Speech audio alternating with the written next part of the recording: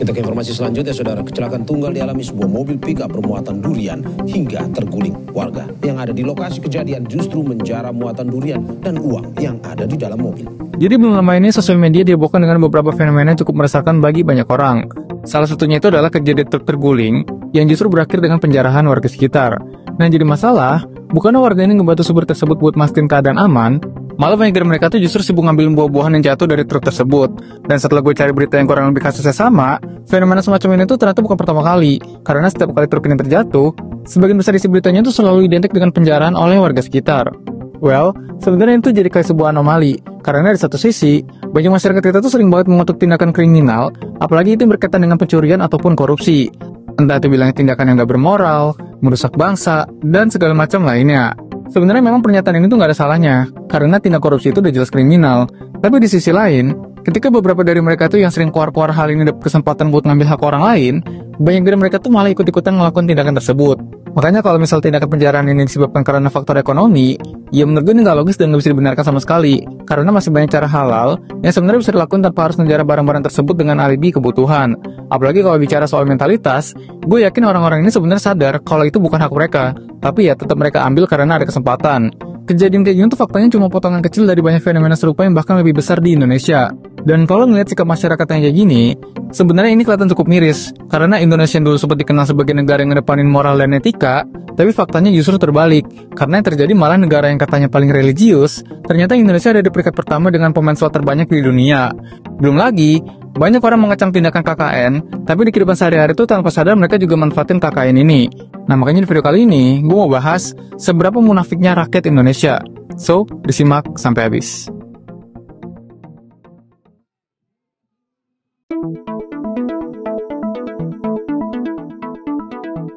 Salah satu contoh kemunafikan orang Indonesia saat ini, itu adalah gampang buat nyalain koruptor, tapi nggak sadar kalau budaya korup itu juga ada di sekitar mereka sendiri.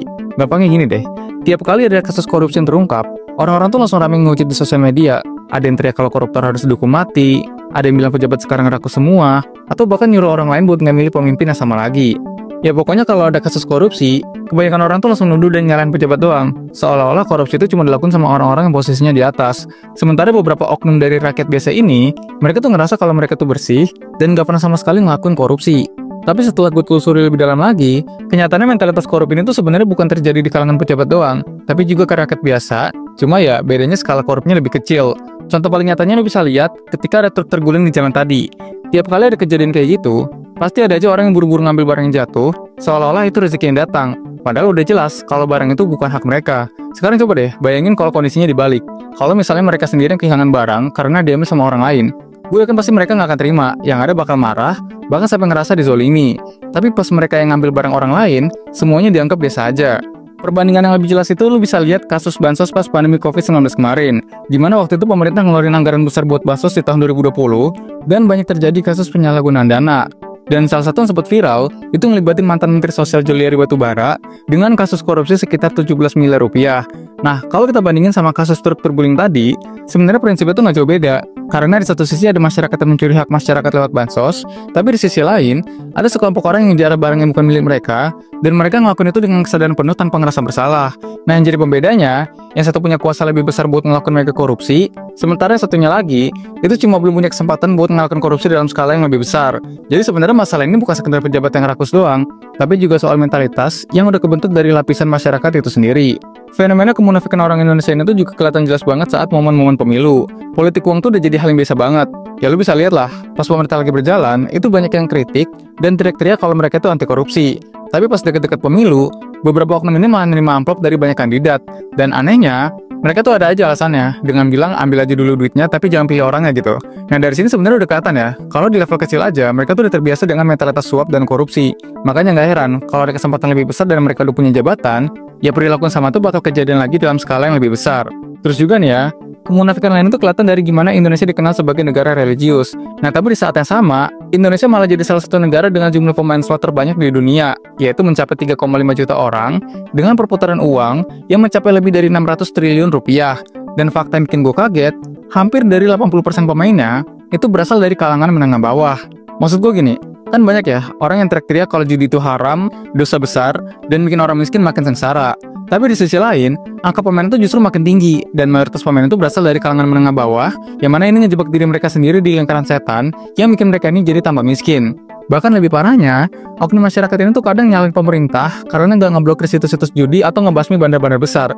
Ya memang benar, di sini pemerintah salah karena belum mampu memblokir situs tersebut secara total. Tapi kalau ditelisik lagi, anehnya tuh malah mereka sendiri yang cari cara segala macam buat bisa tetap main. Bahkan ya, nggak sedikit dari mereka tuh malah gunain VPN sekalipun. Terus juga nih ya, coba aja deh, lu bandingin sama Kamboja. Negara itu tuh yang menjadi pusat judi karena banyak bandar besar yang beroperasi di sana. Nah tapi lucunya, pemainnya tuh malah kebanyakan dari Indonesia. Situs judi di sana tuh emang sengaja narkitin orang Indonesia karena mereka tahu kalau market di sini tuh besar banget. Jadi sebenarnya bukan cuma masalah pemerintah yang belum bisa ngeblokir total, tapi juga karena ada kemauan dari masyarakat sendiri buat terus main.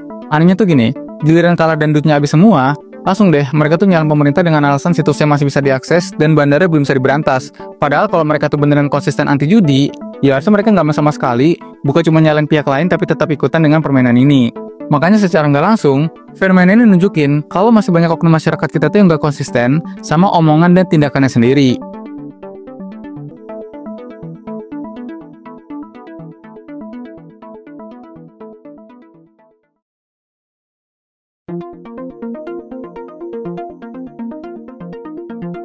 Jadi intinya, masalah terbesar yang kita punya saat ini itu disebabkan oleh mentalitas masyarakat yang terbiasa dengan standar ganda.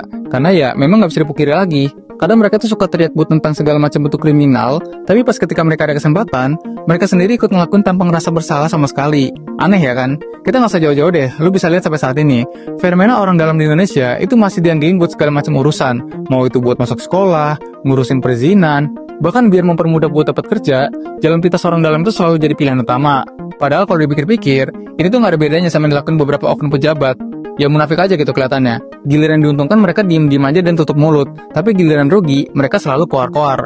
Makanya salah satu solusi yang paling masuk akal buat nuntasin segala kemunafikan ini, seharusnya ada kesadaran dari pola pikir diri sendiri buat berkaca dan evaluasi dengan tindakan yang udah dilakuin.